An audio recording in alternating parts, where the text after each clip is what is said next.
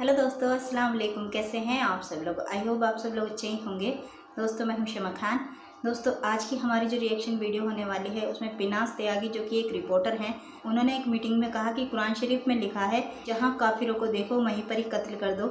और ये भी कहा कि डॉक्टर जाकिर नाइक सर ने भी यही बात कही है कि कुरान शरीफ में यही लिखा हुआ है कि जहां काफिरों को देखो वहीं पर ही कत्ल कर दो। तो आज की वीडियो बहुत ज़्यादा इंफॉर्मेटिव होने वाली है, जिसमें डॉक्टर जाकिर नाइक सर ने इस बात को डिटेल में समझाया है और डिटेल में अच्छी तरह एक एक बात को एक्सप्लेन करके समझाया उन्होंने। इसलिए मेरी आपसे गुजारिश है कि इस वीडियो को प्लीज़ पूरी देखिएगा, जिससे आपको पूरी बात का पता चल सके और आपकी गलतफहमियां दूर हो सकें। दोस्तों, चलिए दोस्तों वीडियो को शुरू करते हैं। नमस्कार, आप देख रहे हैं खास शो क्या कहता है इस्लाम। और सवाल ये कि क्या इस्लाम कहता है, क्या अल्लाह का हुक्म है कि जहां भी काफिर दिखे उसे मार डालो? ये हम नहीं कह रहे हैं, जाकिर नाइक का एक बयान जो है इन दिनों सोशल मीडिया पर बहुत वायरल हो रहा है। और जाकिर नाइक के फॉलोअर्स की एक बड़ी तादाद है इस्लाम को मानने वालों की। हालांकि उसको लेकर तरह तरह की विचारधाराएं हैं और हिंदुस्तान उसे अलग नजर से देखता है, लेकिन इस बात में कोई शक नहीं कि जाकिर नाइक की एक लंबी चौड़ी फॉलोइंग है। तो अगर वो ये बयान दे रहा है तो क्या वाकई कुरान हदीस में ऐसा लिखा है? पहले वो बयान सुनवाएंगे आपको और फिर हमारे स्कॉलर्स को इस चर्चा में हम शामिल करेंगे। हमारे साथ इस वक्त दो खास मेहमान इस वक्त जुड़े हुए हैं। सचवाला हैं हमारे साथ, जिन्होंने एक लंबे अरसे तक इस्लाम फॉलो किया और उसके बाद वो एक्स मुस्लिम बन गए। और हमारे साथ खास तौर से मौलाना साहब जुड़े हैं, मोहम्मद यूनुस साहब। आपका बहुत बहुत स्वागत है दोनों का। पहले मैं आपको जाकिर नाइक साहब का एक बयान जो वायरल हो रहा है इन दिनों सोशल मीडिया पर वो सुनवाऊंगी, क्योंकि हमारी कोशिश है कि कुरान हदीस क्या कहती है, वाकई में क्या अल्लाह का हुक्म है या जाकिर नाइक का जो बयान है वो गलत तरीके से वो बयानी कर रहे हैं। जरा वो सुनिए और उसके बाद फिर हम आगे की चर्चा बढ़ाएंगे। कि जहां भी आप काफिरों को पाओ वहां उनका कत्ल करो। और जब आप कुरान मजीद खोलेंगे और देखेंगे सूरह तौबा सूरा नंबर 9 आयत नंबर 5, उसमें बराबर यही लिखा है कि जहां भी आप काफिरों को पाओ वहां उनका कत्ल। तो जहां भी काफिरों को पाओ, वो तो बाकायदा रेफरेंस भी दे रहे हैं कि लिखा हुआ है कुरान हदीस में कि उनका कत्ल कर दो। काफिर कौन और क्या इस्लाम, क्या अल्लाह इस बात की इजाजत देता है कि आप कानून अपने हाथ में लेकर कत्ल कर दें किसी का भी? हमारे साथ यूनुस साहब भी हैं और सचवाला साहब भी हैं। सर, आपसे पहले जानना चाहूंगी यूनुस साहब के जाकिर नाइक के इस बयान से आप इत्तेफाक रखते हैं? मोहम्मद यूनुस साहब, क्या वाकई में कुरान हदीस में ऐसा लिखा है? क्या वाकई में अल्लाह का ये आदेश है? देखिए मैडम बात असल में ऐसी है, कुछ लोग इस वक्त इस बात पर लगे हुए हैं कि हमारे मुल्क के माहौल को ख़राब किया जाए और वो इस तरह की डिबेट्स और इस तरह के प्रोग्राम मुनक़िद कर रहे हैं जिससे हमारे मुल्क का माहौल ख़राब हो और हमारे मुल्क में हिंदुओं और मुसलमानों के दरमियान एक खाई बने और दोनों के दरमियान जुदाई हो और दोनों के दरमियान नफरतें जन्म। जाकिर नाइक की ये क्लिप आप पूरी सुनिए। आप इतना क्यों सुना रही हैं कि काफिर को जहां पाओ कत्ल कर दो? आगे भी कुछ है उसमें। आपने पूरा नहीं क्या बात जाकिर नाइक ने कही? क्या बात जाकिर नाइक ने समझाई है? पूरा कहा मैंने आपसे, पहले आपने ध्यान से नहीं सुना, शायद आप उस टाइम बिजी होंगे। मैंने ये कहा कि सोशल मीडिया पर ये क्लिप वायरल हो रही है, इतनी सी ही क्लिप वायरल हो रही है। ये मैंने नहीं बनाई है, आप जाएंगे फेसबुक पर, व्हाट्सएप पर, ट्विटर पर, हर जगह क्लिप जो है वो वायरल हो रही है। अगर इसमें गलती है तो उसे दुरुस्त करें, कहिए कि जाकिर नाइक का कहने का मतलब ये था, इसीलिए मैंने आपके सामने क्लिप रखी है। अगर आपको लगता है क्लिप से छेड़छाड़ हुई है, जिस आयत का वो रेफरेंस दे रहे हैं वो गलत है, ऐसा कहीं नहीं लिखा है, तो आप बताइए, इसीलिए आपको बुलाया सर। जी, एक तो आपकी आवाज साफ नहीं आ रही, थोड़ा सा उसको क्लियर कीजिए। और दूसरी बात मैं बता रहा हूँ, जाकिर नाइक ने जो बात कही ये कुरान के अंदर मौजूद है, लेकिन उसका पस मंजर क्या है? ये एक मक्कतुल मुकर्रमा के बारे में खास तौर पर आयत नाजिल हुई थी, वहाँ के लोगों के बारे में कि जिन्होंने हुजूर पाक सल्लल्लाहु अलैहि वसल्लम से एक मुआहिदा कॉन्ट्रैक्ट किया था कि भाई हमारा आपका ये मुआहिदा, जिसको सुलह हुदैबिया कहा जाता है, लेकिन उन्होंने उस मुआहिदे को तोड़ा और गद्दारी करी। तो जिसके बाद कुरान की ये आयत नाजिल हुई कि अब इन लोगों ने गद्दारी करी है और इन खास लोगों के बारे में हुक्म यह है कि इनको जहां पाओ मारो। और आप देखिए, दुनिया के किसी भी मुल्क में आप चले जाएं, दुनिया के हर मुल्क में अगर आप किसी से कोई मुआहिदा करेंगे और कोई कॉन्ट्रैक्ट करेंगे, उस मुआहिदे को तोड़ेंगे, उस गद्दारी की सजा कत्ल है। हमारे मुल्क में भी अगर कोई इंसान अपने मुल्क से गद्दारी करता है तो उस गद्दारी की सजा क्या है? उस गद्दारी की सजा कत्ल है, फांसी है। तो इसलिए उन लोगों ने, वहां के बारे में था ये, हर एक के बारे में नहीं है, बल्कि उस वक्त जो लोग मौजूद थे जिन्होंने अल्लाह के नबी से 10 साल का मुआहिदा किया था और उस मुआहिदे को तोड़ा था और उस मुआहिदे की खिलाफ वर्जी करी थी, उसके बाद ये ऑर्डर आया था कुरान का कि इन लोगों से अब कोई मायदा नहीं है, कोई कॉन्ट्रैक्ट नहीं है, अब इनको जहां पाओ कत्ल करो, उनको मारो। अगर इस आयत में यही बात कहने का मकसद होता, अगर इस आयत का इंदिया या इस आयत का मकसद ये होता, तो इसके अल्फाज ये होते कि फक्तुरुल मुशरिकीन अल्लज़ीना अंक़ज़ू अहदकुम, ये अल्फाज होते। हालांकि यहाँ पर मुशरिकीन जो लफ्ज आया है ये आम है। जनाब अली ये बात सुनिए, आप जिस तरीके की मुलम्मा साजी कर रहे हैं ये मुलम्मा साजी अच्छी नहीं है, एक बात। दूसरी बात ये है कि आप ये कह रहे हैं कुरान का टेक्स्ट। अरे मेरे भाई, आपके बकौल कि आप पहले मुसलमान थे और आपने हिफ्ज़ किया और यूं किया और यूं किया, बहुत सारी आपकी लंबी दास्तान मैंने सुनी है। पता नहीं आप मुसलमान थे या कुछ और थे, मुझे तो लगता नहीं कि आप मुसलमान थे। आपने जो बात कही है कि कुरान का टेक्स्ट, आपने ये भी पढ़ा होगा कुरान इजमाल है, हदीस उसकी शरह है। कुरान के में इजमाली बातें आती हैं, अल्लाह के नबी सल्लल्लाहु अलैहि वसल्लम उसकी तशरीह करते हैं।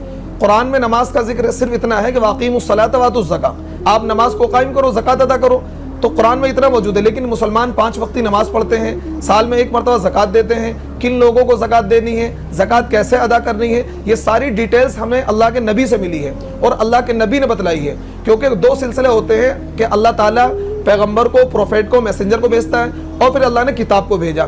तो अल्लाह ताला ने नबी अलैहिस्सलाम को भेजा, उन पर कुरान नाजिल किया, फिर उस कुरान को उन्होंने सहाबा को समझाया और सहाबा ने उम्मत को बताया कि कौन सी कुरान की आयत का क्या मतलब है और कौन सी कुरान की आयत कब नाजिल हुई और उसके पसे मंजर में क्या था, किस वाक़े की बुनियाद पर वो आयत नाजिल हुई है। तो ये जो आयत नाजिल हुई है, सहाबा इसके बारे में बयान करते हैं कि जब सुलह हुदैबिया के बाद उन लोगों ने, वहाँ के मक्के के लोगों ने, जिनसे एक मुआहदा हुआ था, जिनसे कॉन्ट्रैक्ट हुआ था, उन्होंने उस कॉन्ट्रैक्ट को तोड़ा और गद्दारी करी। तो उस गद्दारी के बाद अल्लाह ताला ने उनको ऑर्डर किया कि अब तुम्हारे ज़िम्मे ये नहीं है कि तुम कॉन्ट्रैक्ट को पूरा करो, मुआहदे को पूरा करो, बल्कि अब तुम, क्योंकि इन्होंने गद्दारी करी है, अब तुम जहां पाओ इनको तुम कत्ल कर दो, तुम्हारे ऊपर कोई मामला नहीं है। तो एक मखसूस लोगों के बारे में यह है। लेकिन आप कुरान की उस आयत को कोट करके मुल्क में नफरत फैला, मौलाना एक मिनट, आप कुरान के नफरत फैलाने का काम कर रहे हैं, ये अच्छा काम नहीं है। स्ट्रैटेजी जो इंटरनेशनल मीडिया इस्तेमाल करती है इस्लाम को बदनाम करने के लिए, कि वो कई बार कुरान या हदीस कोट करती है, कुरान की आयतों का हवाला देती है बिल्कुल आउट ऑफ कॉन्टेक्स्ट। और एक आयत जो अक्सर मीडिया में बार बार दोहराई जाती है वो है सूरह तौबा की आयत, सूरा नंबर 9 आयत नंबर 5, जिसमें मीडिया कहती है, इसमें लिखा है कि जहां भी आप काफिरों को पाओ वहां उनका कत्ल करो। और जब आप कुरान मजीद खोलेंगे और देखेंगे सूरह तौबा सूरा नंबर 9 आयत नंबर 5, उसमें बराबर यही लिखा है कि जहां भी आप काफिरों को पाओ वहां उनका कत्ल करो। लेकिन ये आयत आउट ऑफ कॉन्टेक्स्ट है, पस मंजर के खिलाफ है। आप जानना चाहते हैं कुरान का पैगाम क्या है, आपको पस मंजर को पढ़ना पड़ेगा।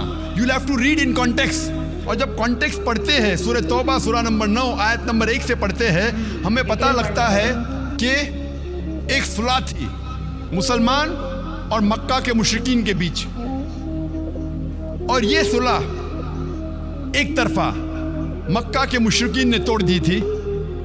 तो अल्लाह सुब्हाना व तआला सूरह तौबा सूरा नंबर 9 आयत नंबर 5 में उन्हें चेतावनी देते हैं, उन्हें वार्निंग देते हैं, मक्का के मुशरिकीन को खबरदार करते हैं और कहते हैं आपके पास 4 महीने का वक्त है, आप सुधर जाओ वरना ऐलान जंग।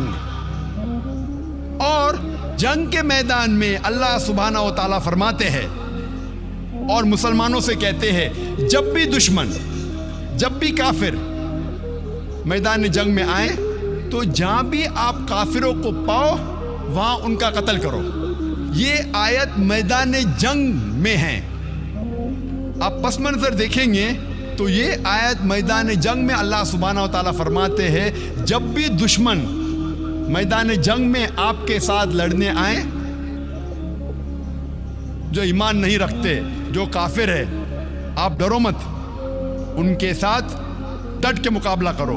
और आम तौर पे आप जब भी देखो कोई भी आर्मी जनरल, मिसाल के तौर पे एक जंग अगर हो रही थी अमेरिका, यूएसए और वियतनाम के बीच, but natural army general of USA ये कहेगा अपने सिपाही से जंग के मैदान में, वो ये नहीं कहेगा डर जाओ और भाग जाओ, वो ये कहेगा कि जब भी वियतनामीज जब भी दुश्मन आए आप डरो मत, आप उनका कत्ल करो। आमतौर पे कोई भी सिपा सालार, कोई भी आर्मी जनरल अपने सिपाही की हिम्मत अफजाई करने के लिए जंग के मैदान में यही कहेगा कि डरो मत, आप लड़ो, जहां भी दुश्मन को पाओ आप उनका कत्ल करो। तो वही तो कुरान मजीद में अल्लाह सुब्हानहू व तआला फरमाते। लेकिन कई बार दुश्मन इस्लाम आउट ऑफ कॉन्टेक्स्ट कोट करते हैं, और इंटरनेशनल मीडिया के अलावा हिंदुस्तान में भी कई दुश्मन इस्लाम हैं। और एक बहुत फेमस राइटर, लेखक जो इस्लाम के खिलाफ लिखता है, उसका नाम है अरुण शूरी। वो यही आयत का हवाला देता है अपनी किताब वर्ल्ड ऑफ फतवाज में, और कहता है कुरान में लिखा है सूरह तौबा सूरा नंबर 9 आयत नंबर 5 में, जहां भी काफिरों को आप पाओ, ब्रैकेट्स में वो कहना चाहता है हिंदू, जहां भी आप काफिरों को पाओ वहां उनका कत्ल करो। मैं पूछता हूं क्या इतने हिंदू यहां रह रहे हैं, क्या आमतौर पे मुसलमान हिंदू का कत्ल करता है? और वर्ष नंबर 5 के बाद अरुण शूरी छलांग मारता है वर्ष नंबर 7 पे। क्यों? क्योंकि वर्ष नंबर 6 में उसकी बीमारी का इलाज है। वर्ष नंबर 6 में कोई भी इंसान जिसके पास थोड़ा भी अकल है वो फौरन पहचान लेगा कि इसमें कुछ गड़बड़ है, क्योंकि वर्ष नंबर 6 में उसकी बीमारी का इलाज है। वर्ष नंबर 6 सूरा तौबा सूरा नंबर 9 आयत नंबर 6 में अल्लाह ताला फरमाते कि अगर मुशरिक, अगर काफिर, अगर आपके दुश्मन अमन चाहते हैं तो उन्हें सिर्फ छोड़ मत दो, लेकिन उनको हिफाजत के साथ ऐसी जगह पे ले जाओ जहां वो महफूज है। Escort them to a place of security. दुश्मन को सिर्फ छोड़ो मत, उनके साथ जाओ और ऐसी जगह पे उन्हें छोड़ आओ जहां वो महफूज है। आज के तारीख में कितना भी दयालु सिपा सालार, अगर दुश्मन अमन चाहता है कहेंगे अपने सिपाही से छोड़ दो, बट कोई सिपा सालार ये नहीं कहेगा कि उसको एस्कॉर्ट करो, उसको हिफाजत के साथ ऐसी जगह पे ले जाओ जहां वो महफूज है। और कुरान में अल्लाह ताला यही फरमाते हैं कि अगर दुश्मन, अगर काफिर, अगर मुशरिक सुलह चाहते हैं, अमन चाहते हैं, तो उन्हें हिफाजत के साथ ऐसी जगह ले जाओ जहां वो महफूज है।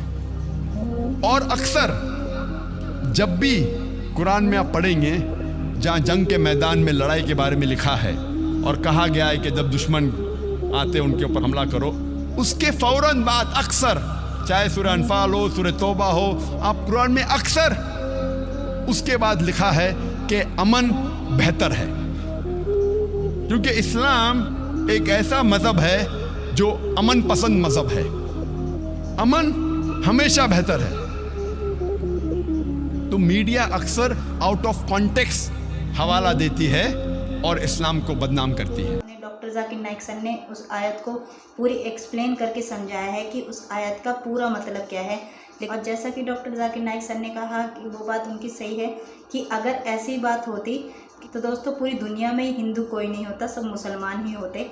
तो ऐसा कुछ नहीं है दोस्तों। छोटी छोटी क्लिप दिखाकर ये मीडिया गलतफहमियां फैला देती है और अच्छी तरीके से पूरी डिटेल जो मेन होती है उसको छुपा लिया जाता है। सिर्फ मीडिया का क्या काम रह जाता है, हिंदू मुसलमानों को लड़वाना और दिलों में नाइत्तेफाकी पैदा करना दोस्तों, क्योंकि इनको इन बातों से फ़ायदा होता है। पहले की जो मीडिया हुआ करती थी दोस्तों वो ईमानदार हुआ करती थी, वो सिर्फ सच्चाई दिखाया करती थी। तो जनता भी अच्छी तरीके से समझने लगी है इनकी चालों को कि किस तरीके से हिंदू मुसलमानों को लड़वाया जाता है। जो समझदार हमारे हिंदू भाई हैं वो अच्छी तरीके से इनकी चालों को समझते हैं।